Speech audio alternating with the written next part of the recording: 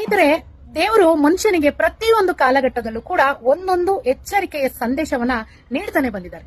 ಇವತ್ತಿನ ಕಾಲಘಟ್ಟದಲ್ಲಿ ನಾವು ದರ್ಶನ್ ಅವರ ವಿಚಾರವನ್ನ ತಗೊಂಡ್ರೆ ನಮ್ಗೆ ಸಾಕಷ್ಟು ಸಂದೇಶಗಳು ಸಿಗುತ್ತೆ. ಅದರಲ್ಲಿ ಬಹಳ ಪ್ರಮುಖವಾದವು, ಸ್ನೇಹಿತರೆ, ನಮ್ಮನ್ನ ಯಾರು ನಂಬಿರ್ತಾರಲ್ಲ ಅವ್ರಿಗೆ ನಾವು ಖಂಡಿತವಾಗಿ ಮೋಸ ಮಾಡಬಾರ್ದು ಸ್ನೇಹಿತರೆ. ಅದು ಗಂಡನೇ ಆಗಿರ್ಲಿ, ಹೆಂಡತಿನೇ ಆಗಿರ್ಲಿ, ಮಕ್ಕಳೇ ಆಗಿರ್ಲಿ, ತಂದೆ ತಾಯಿಗಳೇ ಆಗಿರ್ಲಿ, ನಮ್ಮನ್ನ ಯಾರು ನಂಬ್ಕೊಂಡು ಜೀವನ ಮಾಡ್ತಾ ಇರ್ತಾರಲ್ಲ ಅಂತವ್ರಿಗೆ ನಾವು ಯಾವತ್ತೂ ಕೂಡ ಮೋಸ ಮಾಡಲೇಬಾರದು. ಎರಡನೇದು, ಸ್ನೇಹಿತರೆ, ಪರರ ವಸ್ತು ಪಾಷಾಣಕ್ಕೆ ಸಮಾನ. ಅಂದ್ರೆ ಹೆಣ್ಣಾಗಲಿ, ಹೊನ್ನಾಗಲಿ, ಮಣ್ಣಾಗಲಿ, ಈ ಮೂರಿಂದೆ ಹೋದಂತಹ ವ್ಯಕ್ತಿ ಅವನ್ ಯಾವತ್ತೂ ಹೋಗಿ ತಲುಪೋದು ಶೂಲಕ್ಕೆನೆ. ಹಾಗಾಗಿ ಪರರ ವಸ್ತುಗೆ ನಾವು ಯಾವತ್ತೂ ಕೂಡ ಆಸೆ ಪಡಬಾರ್ದು.